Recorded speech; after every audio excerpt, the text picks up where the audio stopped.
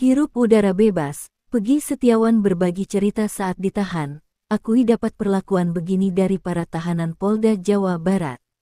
Peggy Setiawan kini dapat menghirup udara bebas usai tak lagi mendekam di balik jeruji besi di Treskrimum Polda Jawa Barat dikarenakan gugatan pra-peradilan yang dikabulkan Pengadilan Negeri PN Bandung. Sukacita pun mewarnai keluarga dan tim kuasa hukum Peggy Setiawan usai Hakim Tunggal PN Bandung, Eman Sulaiman membacakan putusannya. Lantas keluarga beserta tim kuasa hukum ramai-ramai menggeruduk Polda Jawa Barat untuk menjemput kepulangan Peggy Setiawan. Alhasil, sekira pukul 21.45 waktu Indonesia Barat Peggy Setiawan dibebaskan dari tahanan di Treskrimum Polda Jawa Barat. Isak tangis pun pecah kala Peggy Setiawan langsung bersujud di hadapan sang ibu yakni Kartini. Suasana haru dan hiruk-pikuk awak media bercampur saat Peggy Setiawan menampakkan diri dengan tubuh yang dilapisi sweter oranye dan celana panjang. Alhamdulillah, rasanya sangat bahagia, sangat bangga, sangat terharu, dan tidak bisa diucapkan dengan kata-kata pokoknya, kata Peggy. Usai bebas, Peggy pun menceritakan kisah hidupnya saat berada di ruang tahanan di Treskrimum Polda Jawa Barat. Kisah itu bermula kala dirinya ditangkap pihak Polda Jawa Barat dengan tuduhan sebagai pelaku utama.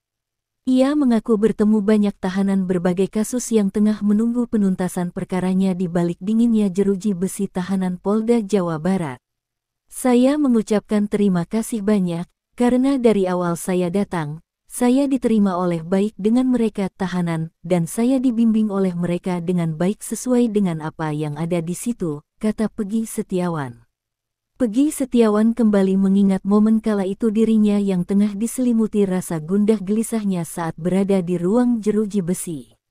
Tak disangka ketakutan ia berubah menjadi perhatian oleh para tahanan hingga berbagi kisah hidup satu dengan lainnya. Tak lupa kala waktu ibadah datang, ia bersama tahanan lainnya pun bergegas berdoa kepada Sang Pencipta.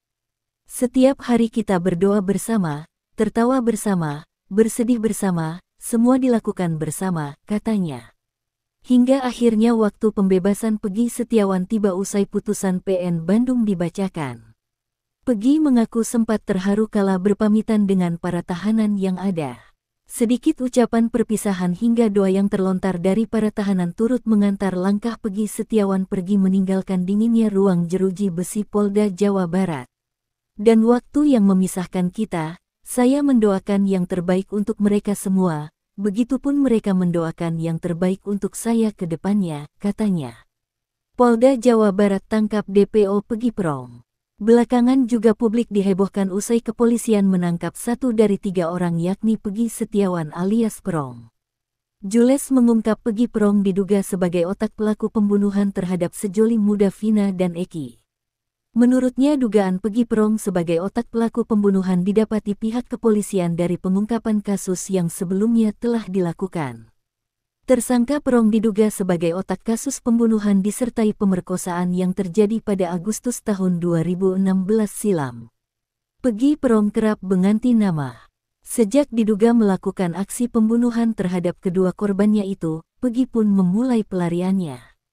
Jules mengaku Peggy kerap berpindah tempat dari persembunyiannya selama 8 tahun pelariannya. Polisi sempat mengalami kesulitan saat melacak keberadaan Prong. Selain berpindah tempat, diantaranya Cirebon dan Bandung, kata Jules. Tak hanya itu, kepolisian turut mendapati pengakuan dari terduga pelaku tersebut saat dirinya melakukan pelarian. Peggy Setiawan bebas, Wapres sebut Polda Jabar kurang teliti. Wakil Presiden, Wapres Ma'ruf Amin menanggapi putusan Pengadilan Negeri PN Bandung yang mengabulkan gugatan pra-peradilan Peggy Setiawan. Pengadilan menyatakan status tersangka Peggy Setiawan tidak sah, sehingga harus dibebaskan.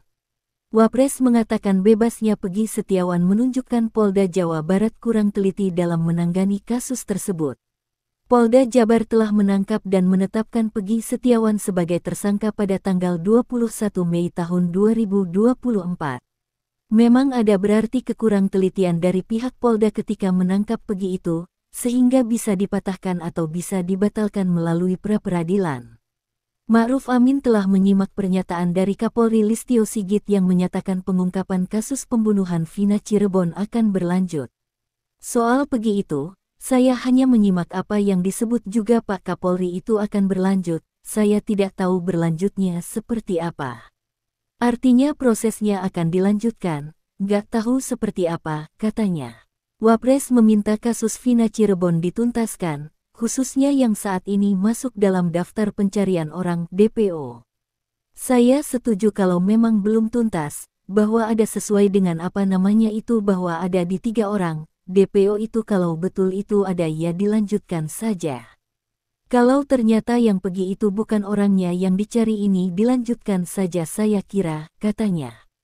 Lebih lanjut, Wapres mengingatkan pihak kepolisian agar ke depan tidak terjadi lagi salah tangkap seperti halnya Pegi Setiawan. Dia meminta agar bukti-bukti harus kuat sehingga tidak dipatahkan lewat pra-peradilan. Saya kira kita harapkan ke depan tidak terjadi lagi.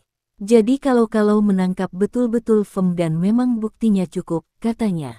Patahnya narasi Polda Jabar bahwa Pegi adalah sosok yang mengotaki pembunuhan berencana, berimplikasi serius terhadap nasib ke-8 terpidana. Bagaimana otoritas penegakan hukum dapat mempertahankan tesis bahwa ke-8 terpidana itu adalah kaki tangan Pegi? Benarkah mereka pelaku pembunuhan berencana, ketika interaksi masing-masing terpidana selaku eksekutor dengan Pegi selaku mastermind ternyata tidak pernah ada? Lebih lanjut, kata dia, terkait kerja saintifik Polda Jabar yang selama ini dibahas sebatas terkait DNA, CCTV, dan autopsi mayat. Reza menyebut dirinya terus mendorong eksaminasi terhadap Scientific Investigation Polda Jabar pada 2016. Saya mencatat ada satu hal yang belum pernah diangkat, yakni bukti elektronik berupa detil komunikasi antar pihak pada malam ditemukannya tubuh Vina dan Eki di jembatan pada 2016, katanya. Ini juga termasuk komunikasi via gawai yang masing-masing korban lakukan dengan pihak-pihak yang dikenalnya. Siapa, dengan siapa, tentang apa, jam berapa. Itulah 4 hal yang semestinya secara rinci diperlihatkan sebagai alat bukti. Sekali lagi, siapa menghubungi siapa terkait apa pada jam berapa, ujarnya. Reza berfirasat Polda Jabar memiliki data yang diekstrak dari gawai para pihak tersebut dan juga, data itu sangat potensial mengubah 180 derajat nasib seluruh terpidana kasus Vina Cirebon. Reza juga mengingatkan korban salah tangkap mendapat ganti rugi. Demikian praktik di banyak negara. Ketimbang melalui mekanisme hukum yang bersifat memaksa bahkan mempermalukan, institusi kepolisian biasanya memilih penyelesaian secara kekeluargaan guna memberikan kompensasi itu, ujar Reza.